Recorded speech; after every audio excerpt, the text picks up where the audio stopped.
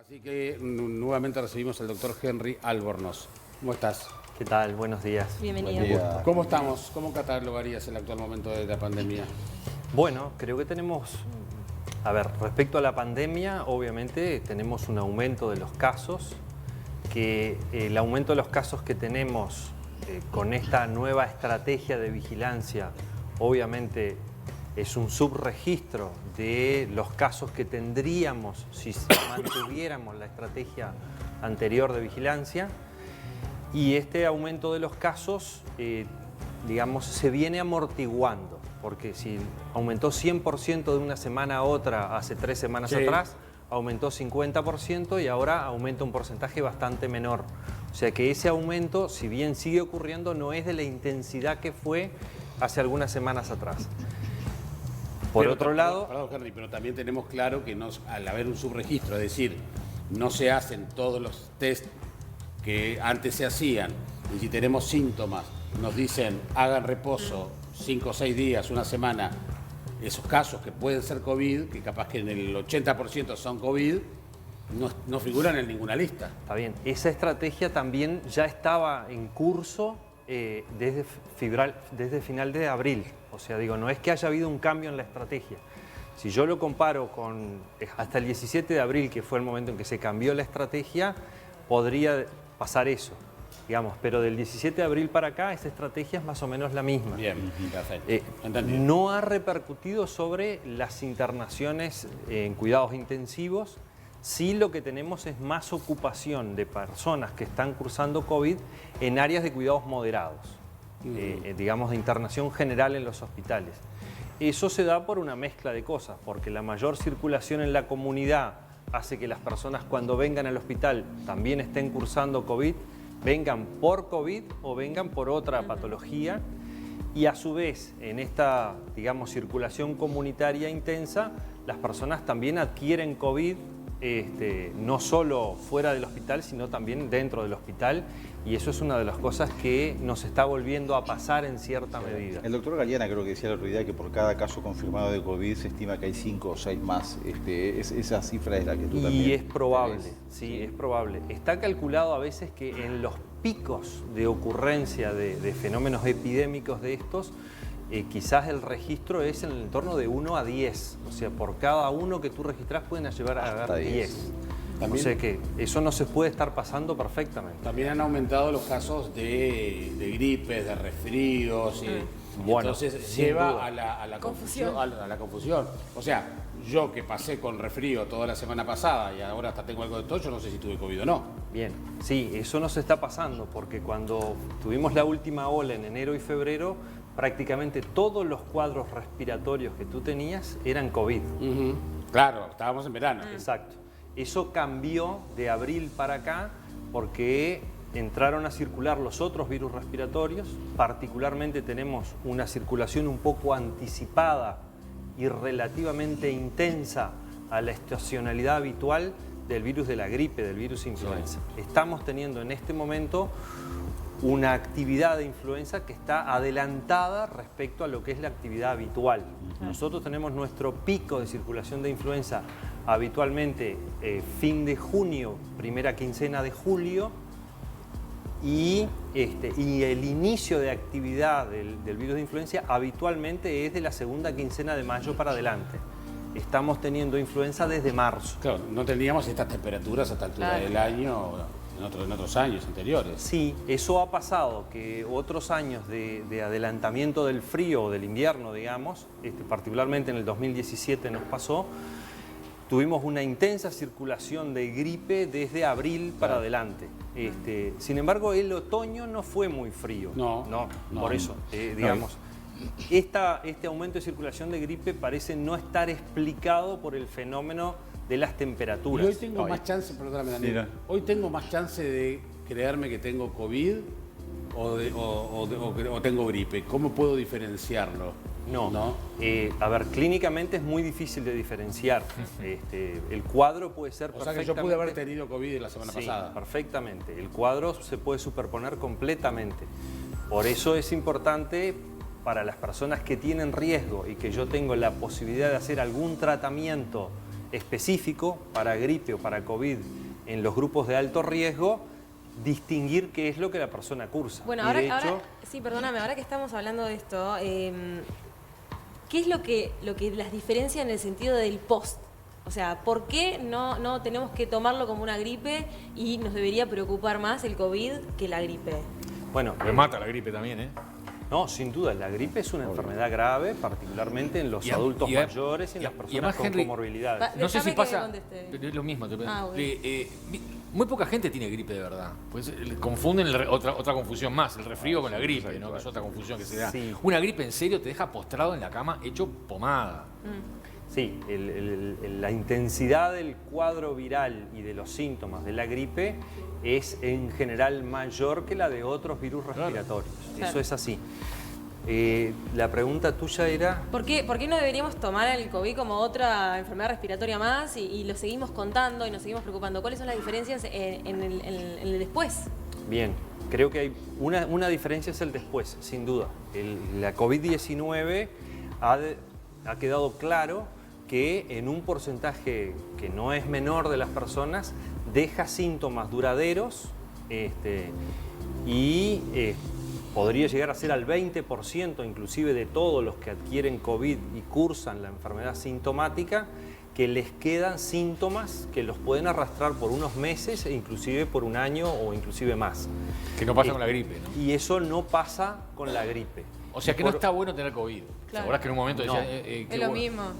No, sin duda no es una gripe. Ha quedado claro Bien. que el síndrome post-COVID o los síntomas de persistencia, la persistencia de algunos síntomas y de algunas secuelas, en este momento es mayor con COVID que con otros virus respiratorios y particularmente claro, con la gripe. No, yendo un poco a lo que decías de que se adelantó la gripe estacional, ¿no? Quizás porque venimos de 2 años donde todo el mundo usaba mascarilla o tapabocas y este año no, y capaz que eso influye también más allá del frío, ¿no? Que se adelante la gripe estacional. Pero en base a en relación a lo que hablas del post-COVID, hoy en día creo que también se dejó de testear, no sé si es por un tema económico solamente o porque ya existía esa creencia, o por lo menos así se transmitió, de que ya la COVID transitaba como algo mucho más Leve. más suave o más leve.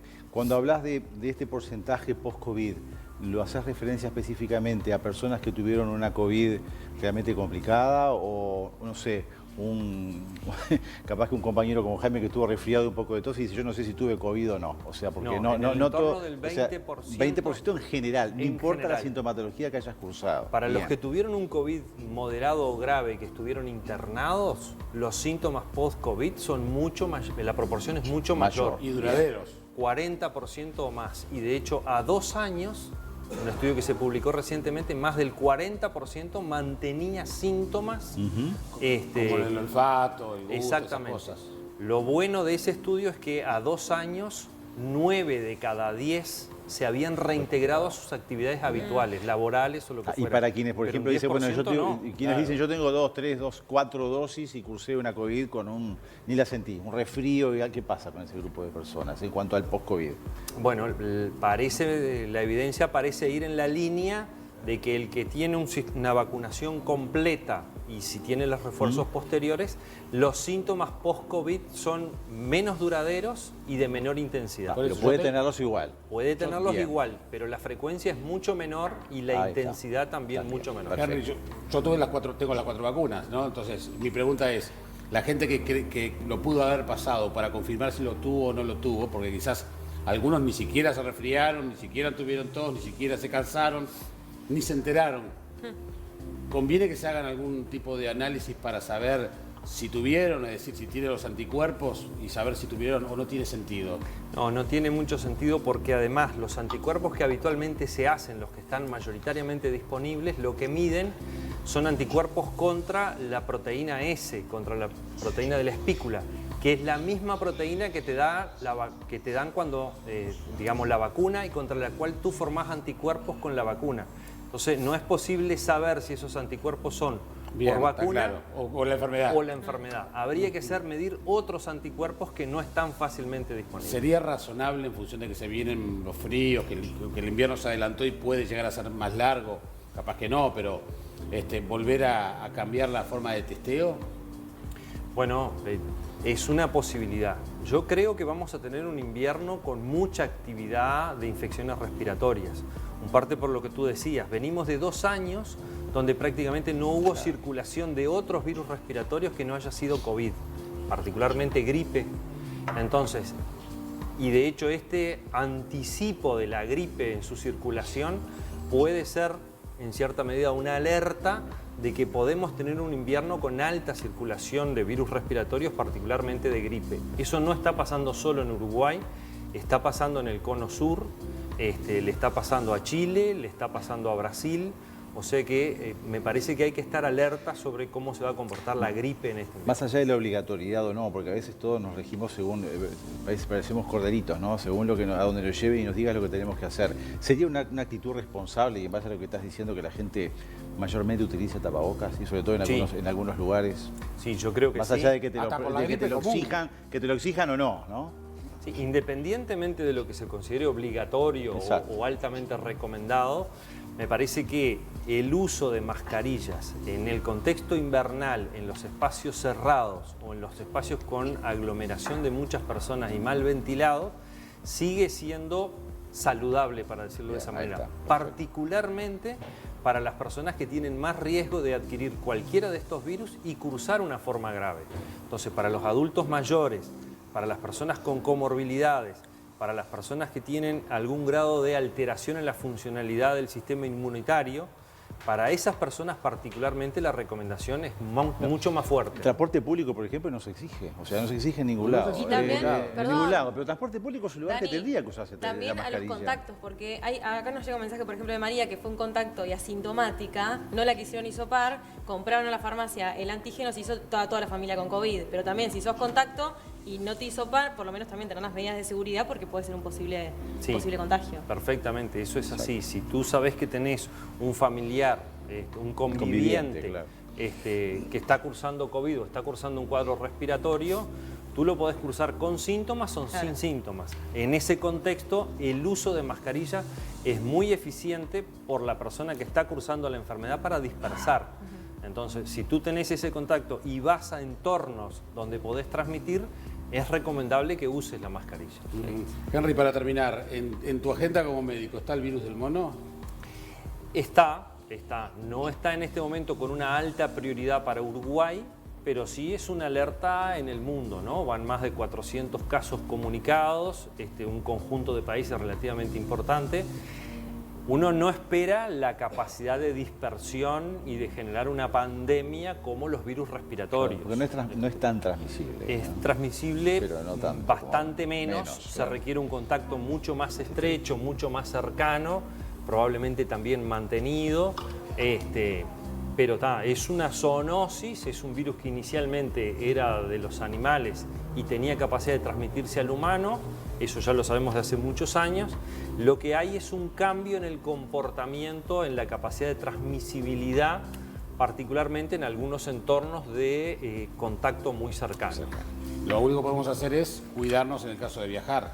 Sí, sin duda. Por ahora eso. Y estar atentos a la posibilidad de desarrollar síntomas y lesiones en la piel en ese contexto. Mascarilla y lavado de manos tiene que para ser. todos, Es sin duda, el para A todos. y el B, para todos Para siempre. todos, ¿no? además. Gracias por venir, Bueno, muy un atento. gusto. A la Muchas orden. gracias.